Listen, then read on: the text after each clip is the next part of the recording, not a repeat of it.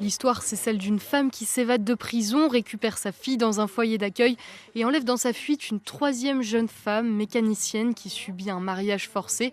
Tous trois fuient vers le sud du pays, là où le Sahara rencontre l'océan. Avec ce film, la réalisatrice Yasmine Benkiran réussit le tour de force de créer un film d'action.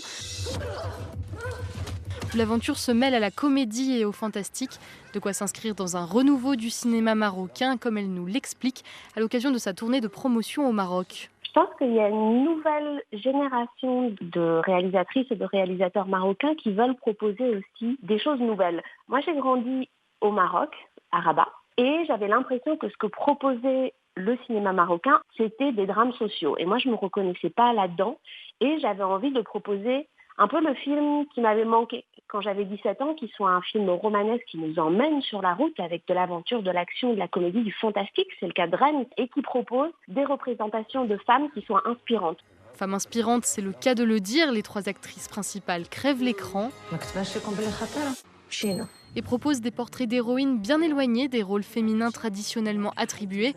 L'occasion aussi de réactualiser certains vieux mythes marocains comme la figure d'Aïcha Kandisha transformée en reine, mais aussi de rappeler tout l'imaginaire de la route et du voyage, là aussi ponctué de clins d'œil à l'histoire du pays. Il y a plusieurs éléments qu'on retrouve qui font partie de la culture populaire marocaine, même iconographiquement. Par exemple, le camion, c'est un camion berlier. C'est le camion qu'on retrouve beaucoup sur les routes marocaines.